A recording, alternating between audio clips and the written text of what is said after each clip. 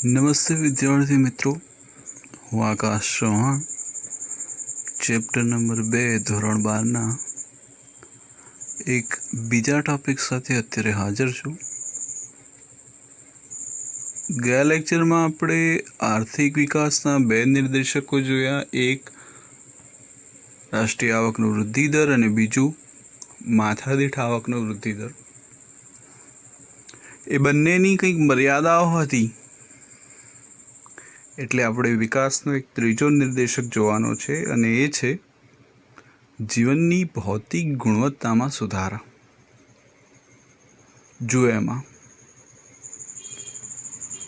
આર્થિક વિકાસનો હેતુ હંમેશા લોકોના જીવન ધોરણમાં સુધારો કરવાનો છે. તેથી અન્યની સરખામણીમાં કેટલો વિકાસ થયો છે તે માપવા માટે માનવ જીવનની ભૌતિક ગુણવત્તાનો નિર્દેશક સ્વીકારો. તો હવે એક પ્રશ્ન આપણને એ થાય કે સાહેબ, જીવનની ભૌતિક ગુણવત્તા એટલે શું? ચલો થોડુંક એમાં ઉતરીએ.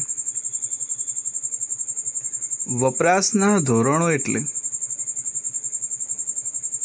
ભૌતિક શબ્દનો અર્થ યાદ રાખજો કે જેને તમે જોઈ શકતા હોય, માપી શકતા હોય, અનુભવી શકતા હોય, અડકી શકતા હોય તેવી વસ્તુઓ. તો અહીંયા જુઓ તમે કે વપરાશના ધોરણો એટલે સમયના કોઈ એક ગાળા દરમિયાન વ્યક્તિ કે તેના સમૂહ દ્વારા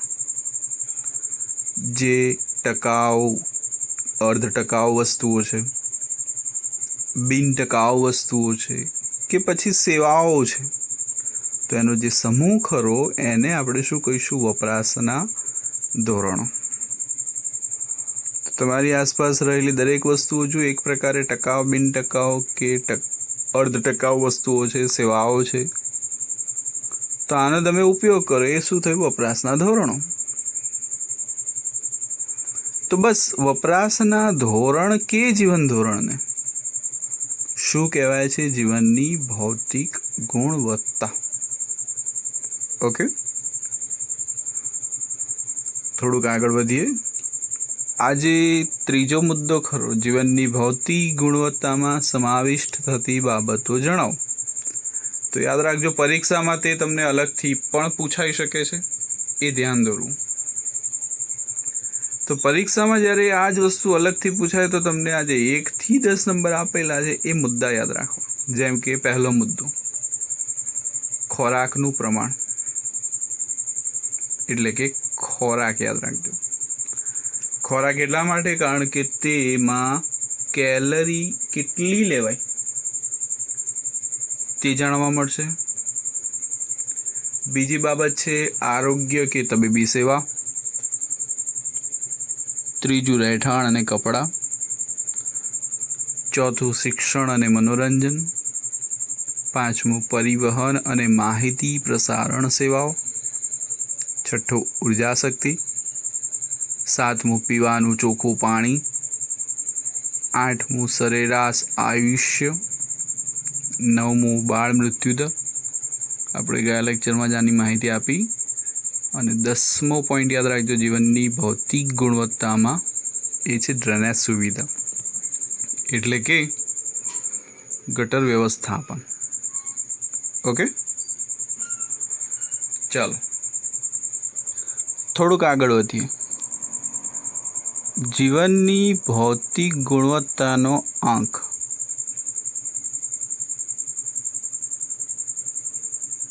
ફરીથી સાંભળજો, જીવનની ભૌતિક ગુણવત્તાનો આંક. તો રાષ્ટ્રીય આવક અને માથાદીઠ આવક એ વિકાસનો સાચો નિર્દેશક નથી, તેમની અનેક મર્યાદાઓ છે. તેથી આ બાબતને ધ્યાનમાં રાખીને કોણે, મોરિસ ડેવિસ મોરિસે શું કર્યું? તો જીવનની ભૌતિક ગુણવત્તાનો આંક રજૂ કર્યો. કોણે? મોરિસ ડેવિસ મોરિસે શું રજૂ કર્યું? જીવનની ભૌતિક ગુણવત્તાનો આંક રજૂ કર્યો. અંગ્રેજીમાં ટૂંકમાં PQLI એટલે કે physical quality of life index. Physical quality of life index કહેવાય. એમાં તેણે 3 ધોરણો આપ્યા. શોર્ટમાં યાદ રાખજો મિત્રો, સી બા એટલે કે શી પરથી શિક્ષણ, બા પરથી બાળ મૃત્યુદર, અ પરથી અપેક્ષિત આયુષ્ય. આ ત્રણ બાબતોને આધાર લઈને જીવનની ભૌતિક ગુણવત્તાનો શું આપવામાં આવ્યો? આંક આપવામાં આવ્યો. ઓકે, ચલો થોડુંક આગળ ત્રણેયની થોડીક માહિતી મેળવીએ. એમાં એક છે શિક્ષણ. દેશમાં શિક્ષણ મેળવેલ વસ્તીની ટકાવારીના આધારે શિક્ષણનું પ્રમાણ જાણી શકાય. બીજું છે અપેક્ષિત આયુષ્ય. તો એની એક વ્યાખ્યા યાદ રાખજો. કોને કહેવાય અપેક્ષિત આયુષ્ય? તો જેનો એક અંદાજ કાઢવામાં આવે તો એ અપેક્ષિત આયુષ્ય થાય. તો બાળકના જન્મ સમયે તે કેટલા વર્ષનું આયુષ્ય ભોગવશે તેની જે અપેક્ષા કે અંદાજ બાંધવામાં આવે એને આપણે અપેક્ષિત આયુષ્ય કહીશું. જેટલું તે વધુ, યાદ રાખજો, જેટલું વધુ તેટલું આરોગ્યની સેવાઓ સારી ગણાય. જેટલું અપેક્ષિત આયુષ્ય વધુ તો એટલી આરોગ્યની સેવાઓ શું ગણાય? સારી ગણાય. ઓકે. બાળ મૃત્યુદર. તો વર્ષ દરમિયાન જીવતા જન્મેલા 1000 બાળકોએ 1 વર્ષમાં અથવા તો 12 માસમાં આયુષ્ય પૂર્ણ કર્યા પહેલા જ જો મૃત્યુ પામે છે બાળકો, આયુષ્ય પૂરું કરે એ પહેલા જ મૃત્યુ પામે છે બાળકો, તો તેમની સંખ્યાને આપણે શું કહીશું? બાળ મૃત્યુદર. તો હવે મિત્રો યાદ રાખજો, જે PQLI ખરું, જીવનની ભૌતિક ગુણવત્તાનો આંક, આ ત્રણેય બાબતોના સરવાળાના આધારે મળશે. ઓકે. હવે તમને એક પ્રશ્ન થાય કે શિક્ષણ, અપેક્ષિત આયુષ્ય અને બાળ મૃત્યુ દર જ કેમ ધ્યાનમાં લેવાયું? ઓકે, તો એ પ્રશ્નનો જવાબ તમને નીચે આપેલો છે કે ઉપરોક્ત 3 બાબતો જ કેમ. તો પહેલું રીઝન જુઓ કે આ ત્રણેયના જે આંકડા મળશે આપણને કેવા હશે? વિશ્વાસપાત્ર હશે. શિક્ષણ છે તો એની ટકાવારી જુઓ, તમને અંદાજિત નહીં હોય. અપેક્ષિત આયુષ્ય છે તો એ પણ અંદાજિત નહીં હોય. બાળ મૃત્યુ દર, તો દર 1000 આટલા બાળકો મૃત્યુ પામે છે. તો આ ત્રણેયના આંકડા જુઓ તમે, શું છે? વિશ્વાસપાત્ર. બીજું કે આ નિર્દેશકો પ્રયત્ન અથવા તો પરિબળ નથી, યાદ રાખજો, પરિણામ છે. કેવી રીતે કહી શકો સાહેબ તમે આવું? તો આપણું અપેક્ષિત આયુષ્ય માની લો કે પાછલા વસ્તી ગણતરી દરમિયાન અને હાલમાં જે વસ્તી ગણતરી થઈ 2021માં, તો માની લો કે આપણું અપેક્ષિત આયુષ્ય વધ્યું. તો વધ્યું જે ખરું એ શું બતાવે છે? પરિણામ બતાવે છે કે ભાઈ સરકાર દ્વારા આરોગ્ય ક્ષેત્રે સારી એવી કામગીરી કરવામાં આવી. ઓકે. ત્રીજું છે વ્યાજબી ધોરણોની તુલના તમે કરી શકો છો. અહીંયા ધારો કે બે જુદા જુદા દેશ છે, જુદા જુદા રાજ્યો છે, એને એકબીજા સાથે સરખાવા છે, તો આ PQLIના આ 3 ઘટકો કે નિર્દેશકો દ્વારા તમે સમજાવી શકો એને. ચાલો બીજો એક મુદ્દો, જીવનના ભૌતિક ગુણવત્તાના આંકની રચના જણાવો. મતલબ કે કેવી રીતે મેળવવામાં આવે PQLI. તો પહેલાં તો જે શિક્ષણ છે એ અપેક્ષિત આયુષ્ય છે અને બાળ મૃત્યુદર છે, એ દરેક નિર્દેશને 100નો ભાર આપવામાં આવ્યો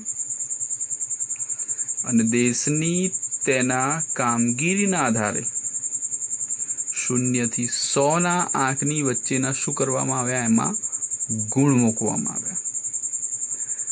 અને ત્રણેયનો જે સરવાળો છે, શિક્ષણ, અપેક્ષિત આયુષ્ય અને બાળ મૃત્યુનો, તો આ ત્રણેયના સરવાળાને 3 વડે પછી શું કરવામાં આવ્યા? ભાગી દેવામાં આવ્યા.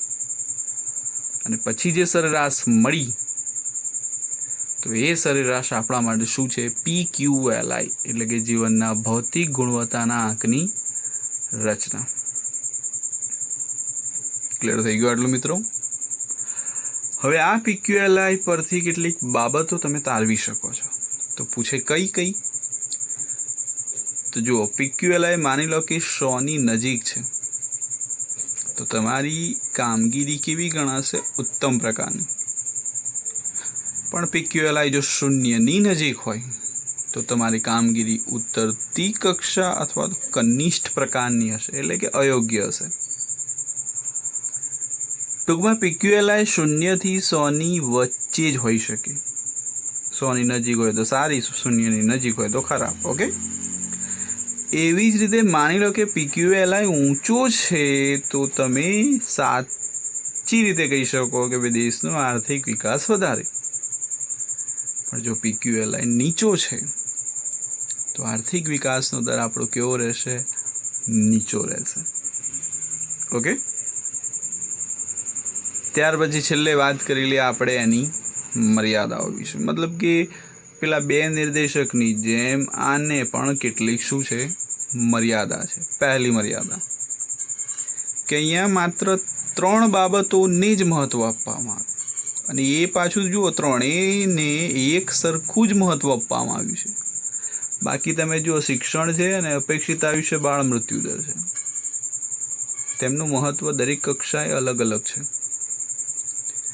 બીજી મર્યાદા કે તે માત્ર સરેરાશ દર્શાવે, કારણ કે ત્રણેયનો સરવાળો ભાગ્યા કરવાનું એને, એટલે જે પણ આવશે આંકે કેવો આવશે? અંદાજિત આવશે, સરેરાશ આવશે.